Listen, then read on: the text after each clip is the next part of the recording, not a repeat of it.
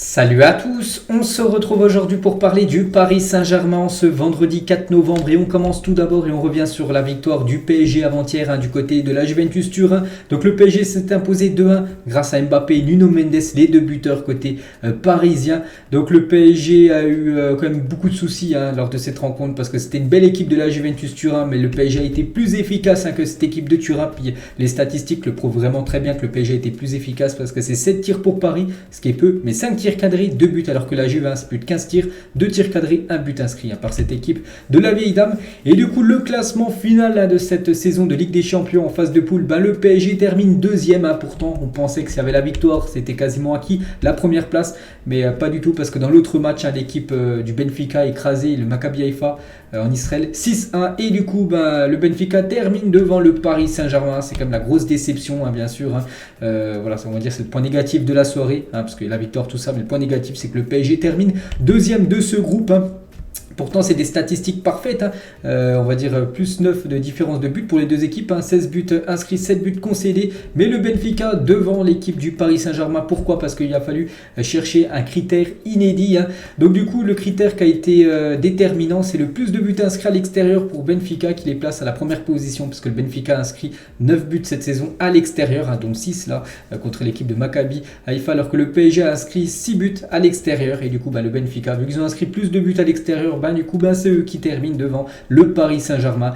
Donc voilà, bon, c'est pas du tout une bonne nouvelle, on peut dire. Bref, donc la victoire en déchantant, tout simplement. Voilà, en déchantant, la victoire c'est bien, mais en déchantant, parce que le PSG termine deuxième. Et Christophe Galtier en conférence de presse, il a dit ce soir c'était irrationnel. Je vais ouvrir une parenthèse. En menant 7-2 la semaine dernière, on s'est arrêté nous à la 90e minute, on n'a pas eu de temps additionnel. Pourquoi il dit ça? Pourquoi on s'est arrêté à la 90e minute?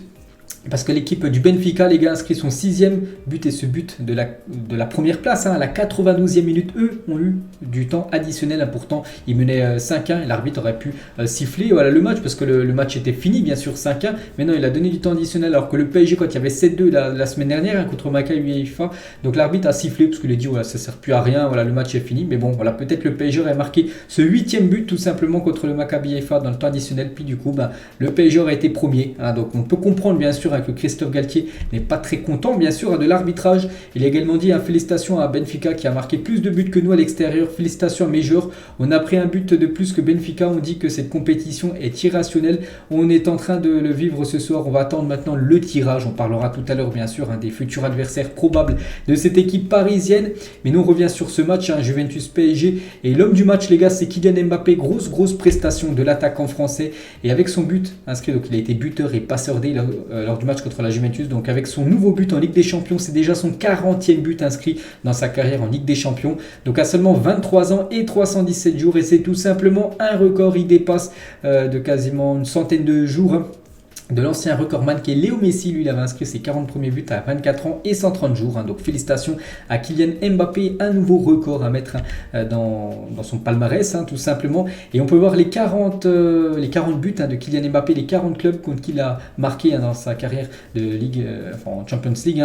Donc chaque ligne, en gros, c'est une saison. Donc tout en haut, avec contre le Dortmund ou même Manchester City ou même la Juventus, c'est quand il jouait du côté de Monaco. Puis après, c'est quand il est arrivé du côté du PSG. On peut voir que cette saison, c'est quasiment c'est sa deuxième meilleure saison en termes de chiffres de buts inscrits, parce que sa meilleure c'était il y a 2 ans où il avait inscrit 8 buts. Là il est déjà à 7 buts, alors qu'il il va jouer au minimum encore 2 matchs. Kylian Mbappé, les 8e de finale, bien sûr, ou peut-être plus, bien sûr, si le PSG va plus loin. Donc il y a quand même des énormes équipes comme le Real, comme la Juve, comme le Barça ou même le Bayern Munich. Il a marqué contre les plus gros clubs au monde, Kylian Mbappé. Et cette saison, les gars, après ces 6 matchs de Ligue des Champions, c'est 7 buts. On peut rajouter aussi 3 passes décisives. Donc meilleur buteur de la Ligue des Champions, en gros, devant Mohamed Salah.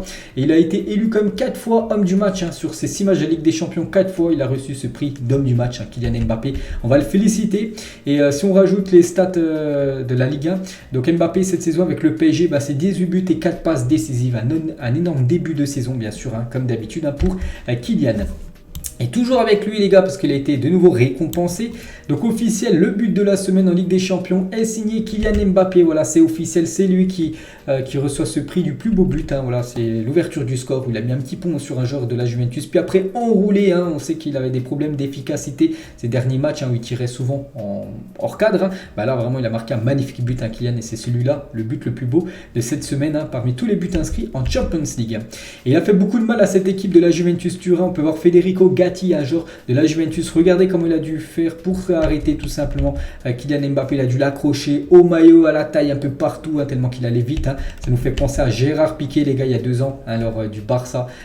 Paris Saint-Germain, le PSG s'est imposé 4-1. Mbappé avait inscrit un triplé, était inarrêtable lors de cette soirée. La même chose, ça nous fait penser bien sûr à Piqué à l'époque. Et toujours avec Kylian, pendant le match, on ne savait pas à la fin. Ils ont essayé de nous avertir, mais c'était la fin. Ce n'est pas grave, on est qualifié. Donc ça, il dit par rapport à la deuxième place, parce qu'ils l'ont appris en gros en toute fin de match, mais ils n'ont pas eu le temps de réagir, d'essayer de remarquer un troisième but qui aurait été le but, on va dire, de la première place, bien sûr, pour l'équipe parisienne. On va parler cette fois-ci de Léo Messi. C'est lui qui a délivré la passe D pour le premier but du match, pour le buteur Kylian Mbappé. Et lui, les gars, il est déjà 4 passes décisives à son actif en Ligue des Champions. Il est le meilleur passeur actuellement avec 2 autres joueurs de cette Ligue des Champions. Félicitations à Léo Messi. Bon, il n'a pas fait un grand match, Léo Messi. Il a fait un match, on va dire, moyen, parce qu'on sait qu'il peut faire bien mieux, surtout ces dernières semaines où il a été flamboyant. Donc voilà, c'est pas grave, vu que l'équipe s'est imposée. Et cette saison, les gars, c'est quand même des très belles stats. 18 matchs, 12 buts et 14 passes décisives, toutes compétitions confondues pour Léo Messi avec l'équipe du PSG. Donc en gros, il est décisif sur 26 buts, les gars. Et s'est montré décisif plus de fois qu'Erling Haaland cette saison, cet attaquant norvégien de Manchester City qui marque beaucoup de buts, donc lui 25 buts, donc c'est but plus passe D, et Messi a un meilleur ratio que Erling Haaland. Donc voilà les 2 premiers en gros par rapport au but, le nombre de buts décisifs, but plus passe D. On va parler de celui qui a remplacé Neymar, c'est Carlos Soler. Et Soler, les gars, c'est pas Neymar, il fait pas du tout l'affaire. Donc 68 minutes jouées, 16 ballons touchés seulement, donc c'est un ballon touché quasiment je sais pas, toutes les 5-6 minutes, donc c'est trop peu bien sûr pour un joueur qui joue au Paris Saint-Germain. Donc match compliqué pour Carlos Soler.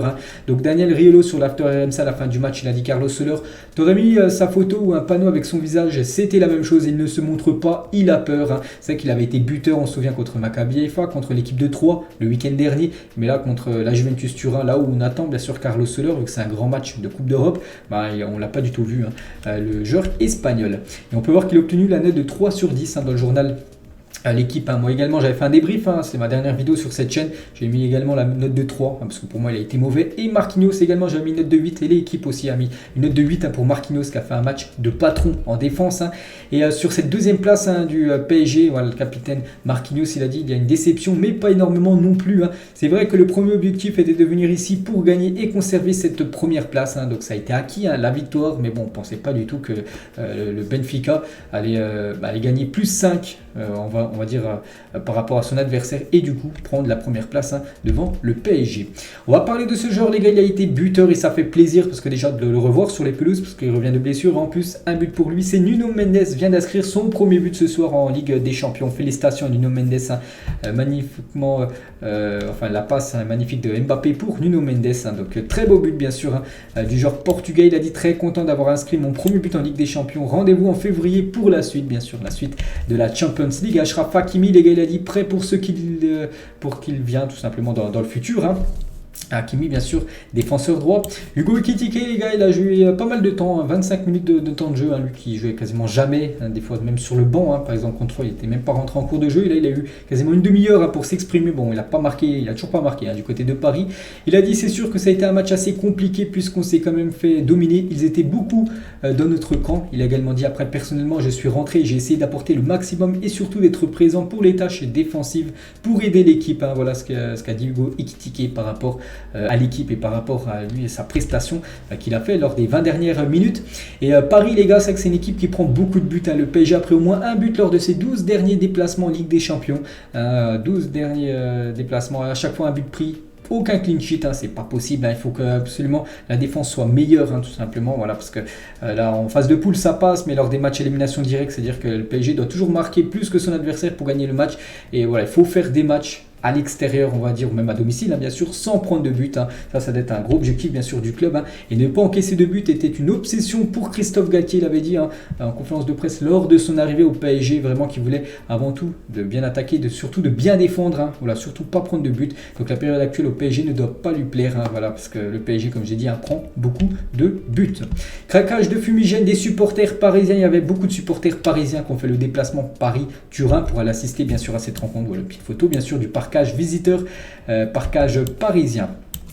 Et le PSG, les gars, donc déjà avec cette qualification 8e, c'est déjà le jackpot, les gars. Les sommes que touche le PSG, on peut voir Marseille aussi, l'autre club en Ligue des Champions. Donc le PSG a déjà touché plus de 67 millions d'euros. C'est énorme, bien sûr, pour son parcours, on va dire, en phase de poule. Donc voilà, c'est plutôt pas mal. Donc ça pourrait bien sûr augmenter encore plus. Plus le PSG, s'ils vont loin, s'il y a des victoires, tout ça. Donc bien sûr, les droits télé après, ça pourrait augmenter encore plus, bien sûr, les revenus pour l'équipe parisienne. Et le PSG, les gars, on peut voir que c'est quand même la 11e fois, chaque saison en fait, le PSG se qualifie au moins pour les 8e de finale. On peut voir les autres clubs français un peu, ils galèrent, à part Lyon et Monaco qui ont réussi 2 fois sur les 10 dernières années, Lille et Marseille une fois, donc c'est quand même peu, on va dire, pour les clubs français. Et du coup, on connaît le futur adversaire du Paris Saint-Germain, le probable futur adversaire du PSG, et ça sera du très très lourd vu que le PSG a terminé 2e.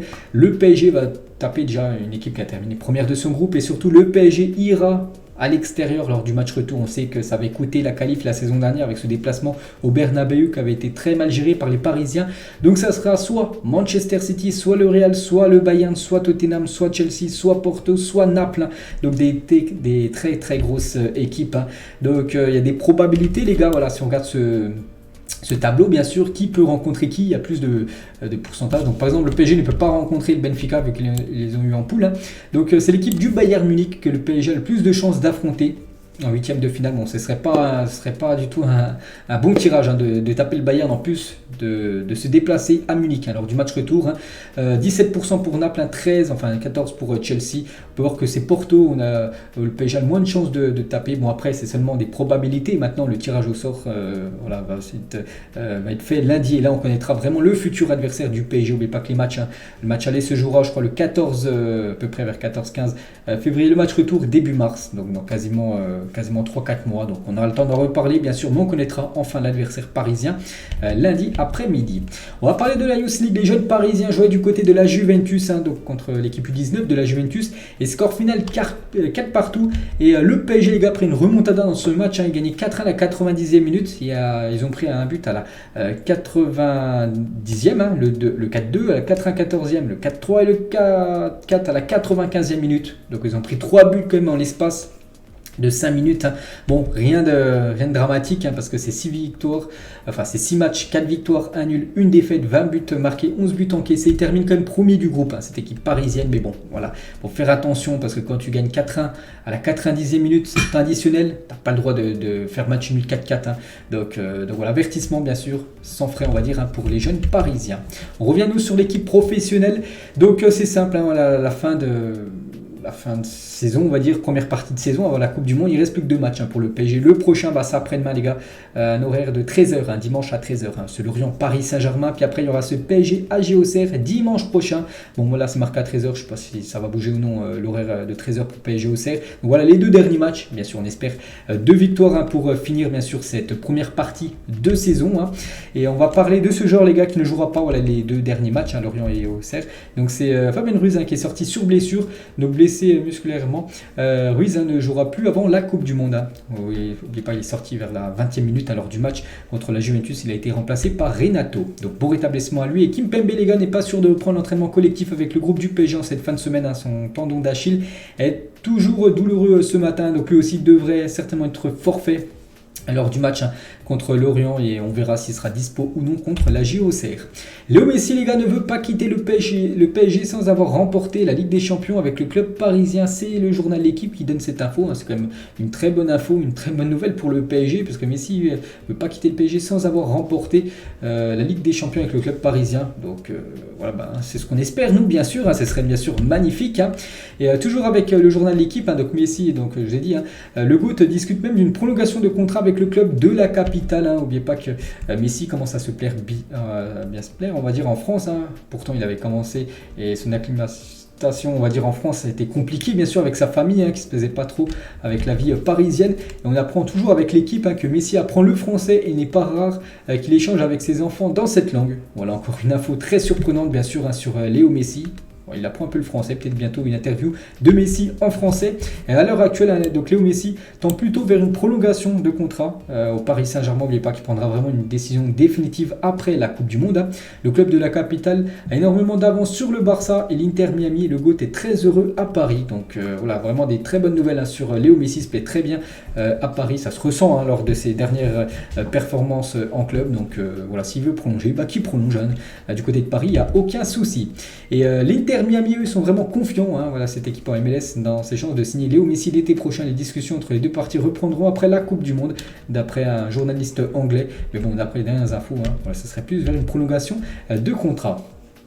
Et toujours avec Messi, disposerait d'une clause lui permettant de privilégier la sélection argentine au PSG. L'attaquant de l'Albi Céleste ne prévoirait ainsi pas de disputer le dernier match du PSG avant la trêve contre l'AG Auxerre le 13 novembre, donc dimanche prochain, pas là après-demain.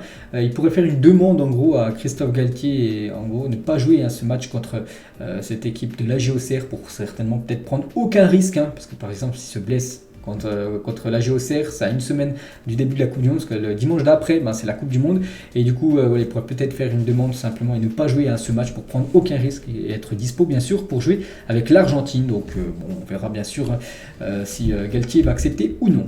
Et Javier Tebas, le président de la Liga, il a toujours du mal voilà, par rapport au départ de Messi. Je pense que Messi ne manque pas seulement à la Liga, il manque au football, car le championnat français est ce qu'il est. Je pense qu'au PSG, il est beaucoup moins suivi que lorsqu'il était à Barcelone. Voilà ce que dit Javier Tebas, toujours bien sûr en travers le départ de Messi, qu'il a quitté la Liga pour rejoindre la Liga.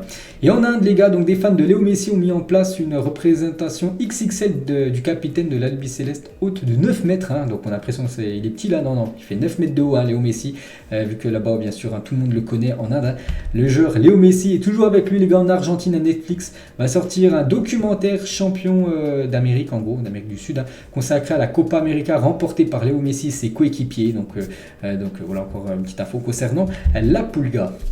On va parler d'un ancien parisien, c'est Zlatan, sur Mbappé. Donc Mbappé s'est mis dans une situation où il est encore plus important que le club. Or, tu n'es jamais plus grand qu'un club. C'est dans Canal Plus Foot qu'il a été interviewé. Donc déjà, voilà ce qu'il a pu dire sur Mbappé. Il a également dit, en tant que personne, je le connais pas très bien. Comme joueur, il est fantastique. Mais quand tu perds ta discipline, tu perds ton identité. Voilà ce qu'il peut dire sur Kylian. Il parle aussi du clan Mbappé. Voilà, son père, sa mère, son agent aussi.